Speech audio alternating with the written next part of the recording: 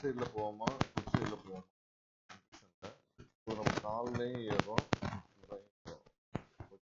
இப்போ நமக்கான மைண்ட் செட்னு ஒன்று இருக்குல்ல, அந்த மைண்ட் செட் இங்கே இருக்குதா இல்லையான்னு தான் பண்ணுறோம். இப்போ நானே நடுவில் கேப்பில் இருந்தால் எதுக்குன்னா நம்ம வந்து என்னன்னா, ஸோ இப்போ மேலே ஏறும்போது இதில் போய் கால் சைடில் எடுக்கிறோம், கீழே இறங்கும்போது புட் சைடில் எடுக்கிறோம், திருப்பி கால் சைடு எடுக்கிறோம், திருப்பி புட் சைடு எடுக்கிறோம். ஸோ இப்படி என்ன ஆகுதுன்னா உங்களுக்கு வந்து ஓவர் ட்ரேடிங் அன்னைக்கு ஃபுல்லாக நடந்து நம்ம வந்து நிறைய ஓவர் ட்ரேட் பண்ணி லாஸ் ஆகிடும்.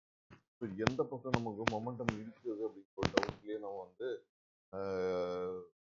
ரொம்ப லாஸ் ஆகுதுன்னு எனக்கு தோணுது. ஏன்னா நம்மளுடைய ஹியூமன் சைக்காலஜி வந்து என்ன சொல்றதுன்னா, நமக்கு வந்து பண ஆசை அப்படிங்கிற ஒரு அது நம்ம வந்து ஒரு பெரிய வீடில் தான் நம்ம எல்லாத்தையும் ட்ராவல் பண்ணுவோம். நம்ம ஆகணும், அதுவாகணும், இதுவாகணும், அதுவாகணும் அப்படின்னு சொல்லிட்டு நம்ம இதை வந்து ட்ராவல் ஆகிறோம். தான் வந்து சைக்காலஜி சொல்லுது. ஸோ நம்ம இதில் சக்ஸஸ் ஆகிறோம், ஃபெயிலியர் ஆகிறோம்.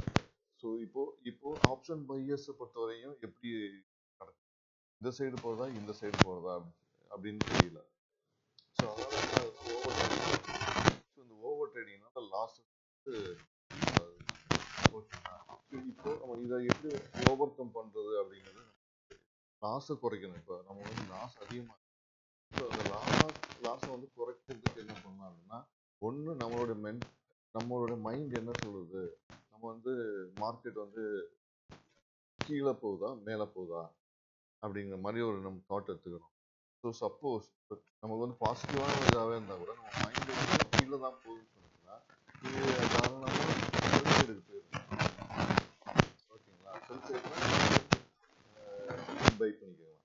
ஓகேங்களா, இப்போ மேலே தான் போகுதுன்னு சொன்னீங்கன்னா பை இதில் உங்களுக்கு வந்து என்ன லாஸ் ஆகுதோ அந்த லாஸை வந்து நம்ம டெய்லியில் க்ளோஸ் பண்ணிட்டு வரணும் எனக்கு தோணுச்சு.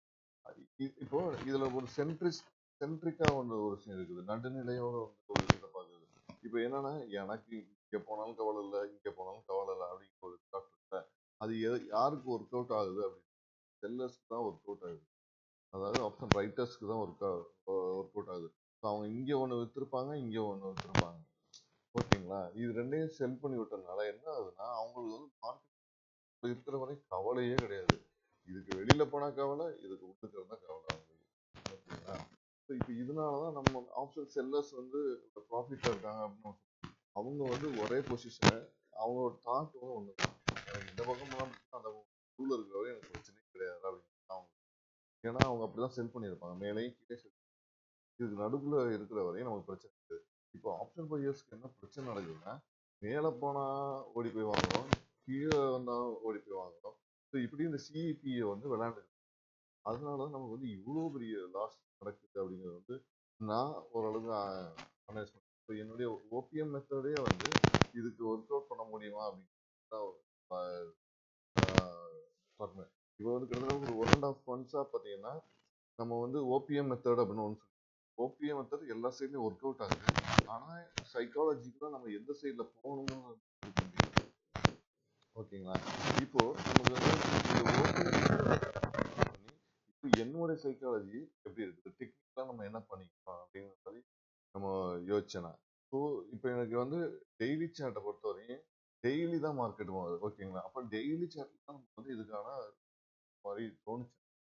ஸோ இப்போ எனக்கு வந்து எப்படி தோணுது அப்படின்னு பார்த்தீங்கன்னா, என்னுடைய இதில் ஸோ மார்க்கெட் வந்து 200 இஎம்ஐக்கு மேலே தான் இருக்குது. ஓகேங்களா, ஃபுல்லாகவே. ஸோ 250யும் வந்து மேலேயே தான் சுற்றிருக்கு. எப்போ வந்து 50 கீழே வருது அது அப்போ தான் நான் வந்து செல்லிங் போகணும், அதாவது மார்க்கெட் கீழே இறங்குது அப்படின்னு நான் வந்து முடிவு பண்ணணும். அப்போ எனக்கு வந்து மார்க்கெட்டை பொறுத்த வரையும் எங்கே இருக்குது, மார்க்கெட்டு ஃபுல் அண்ட் ஃபுல் மேலேயே தான் இருக்குது. ஓகேங்களா, இப்போ நம்ம இங்கே எங்கே நம்ம செல்லிங், எனக்கு என்ன பண்ணுறது, மார்க்கெட் இங்கே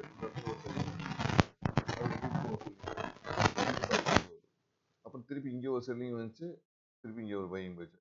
ஸோ எப்போ மார்க்கெட்டு 200 மூவிங் ஆவரேஜ் இப்போ வந்து இண்டிகேட்டர் நமக்கு தேவையா மார்க்கெட்டை நம்ம எப்படி டைரக்ட் பண்ணணும் அப்படிங்கிறத, எப்படி நமக்கு டைரக்ஷன் கொடுக்குது அப்படிங்கிறது நம்ம இதை வந்து ஃபாலோ பண்ணலாம் அப்படிங்கிற மாதிரி எனக்கு. ஸோ ஓபிஎம் மெத்தடே வந்து இதுக்கு கரெக்ட் பண்ண முடியுமா அப்படிங்கிற மாதிரி நான் யோசிச்சேன். அப்படி யோசிச்சதுல வந்து ஓவராலா வந்து மார்க்கெட் நீங்க பாத்தீங்கன்னா கம்ப்ளீட்டா வந்து ஒரு 200 மூவி ஆவரேஜ் மேலேயே இந்த வருஷத்துக்கான ஒரு சின்னதாக உங்களுக்கு ஸோ இங்கேருந்து பார்த்தீங்கன்னா இந்த கட் பண்ணது திருப்பி இங்கே தான் வருது, இதுக்குள்ள தான் இருக்குது. இது உள்ளுக்கு நடந்த விஷயங்களை பார்த்தீங்கன்னா அதே மாதிரி இந்த இடத்துல கட் பண்ணி மேலே தான் போயிருக்கு. ஓகேங்களா, இன்னும் கீழே இறங்கலை, டச் பண்ணிச்சு ஆனால் இறங்கலை. ஸோ அப்படி இருக்கும்போது நமக்கு நீங்கள் கட் பண்ண இடத்துலேருந்து என்ன வரும் அப்படிங்கிறது எப்படி இருக்கு நம்ம டெய்லி மார்க்கெட் டிஏ வாங்கி வச்சு பேசாமல் இருப்போம். அன்னைக்கு மார்க்கெட்டு முடிஞ்சிச்சுன்னா நமக்கு என்னன்னு தெரியும். ஸோ அப்படின்னு நம்ம முடிவு பண்ணால் இப்போ இந்த கட்டிங்லேருந்து நீங்கள் பாருங்க அடுத்த கட்டிங் வர வரைக்கும். ஸோ இங்கே தான் உங்களுக்கு கட்டாயம் இருக்குது.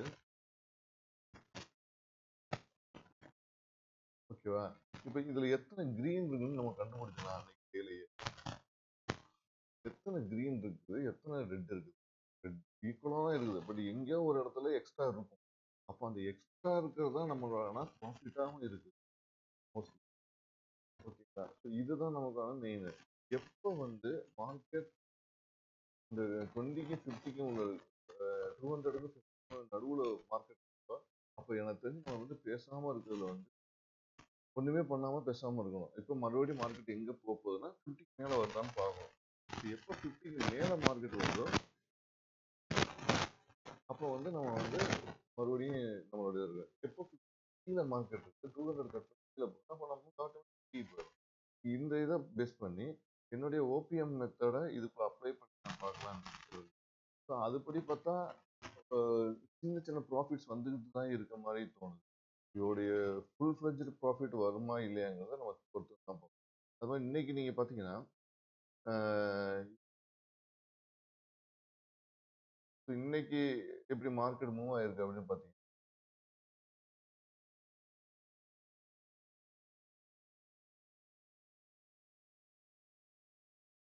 இது ஒரு லெவல் இது மார்க்கெட்டுக்கு இன்னைக்கு.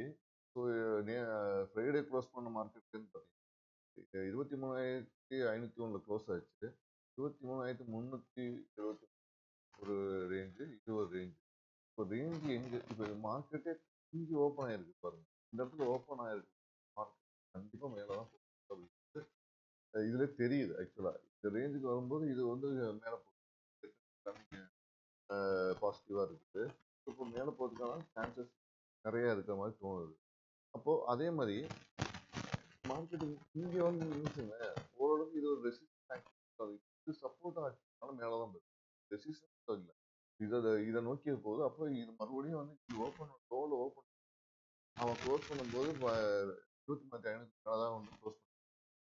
ஓகேங்களா, ஸோ மார்க்கெட்டுக்கு வந்து கரெக்டாக தான் மூவ் ஆகிடுது. நம்ம தான் வந்து தேவையில்லாமல் பையஸ் இந்த ட்ராப்புக்கு மாற்றமோ அப்படின்னு ஒரு சைடில் மூவ் பண்ணணும் மார்க்கெட்டை அப்படிங்கிற மாதிரி. ஸோ ஒன் சைடாக நம்ம மாறணும். நம்ம எந்த சைடில் இருக்கணும், ஒன் சைடராக தான் பையர்ஸ் இருக்கணும் அப்படிங்கிற மாதிரி இப்போ எனக்கு தோணிக்கிது. இதுதான் முக்கியமானது. இதை பேஸ் பண்ணி தான் நமக்கு எல்லாமே நடந்தது. நான் இது எப்படி நடந்தது இன்னைக்கு நீங்கள் பார்க்கணும் பாருங்க. நாளைக்கு எப்படி இருந்தது, நாளைக்கு 2 விழுந்தா வேற மாதிரி தான் இருக்கும். இன்னைக்கு எப்படி நடந்தது பாருங்க. என்னுடைய ஓபிஎம் மெத்தட் படி பார்த்தீங்கன்னா 128 ஒரு பையிங் 23,000 வாங்கி 128 அது கரெக்டாக 255 அப்படிங்கிற ஒரு ரேஞ்சில் நான் டைம் பண்ணி. அதே மாதிரி 64 அப்படிங்கிற ஒரு இதாக வாங்கியிருந்தோம்னா 120 வந்து காசு பண்ணுதா அப்படின்னு பார்க்கணும். அதே மாதிரி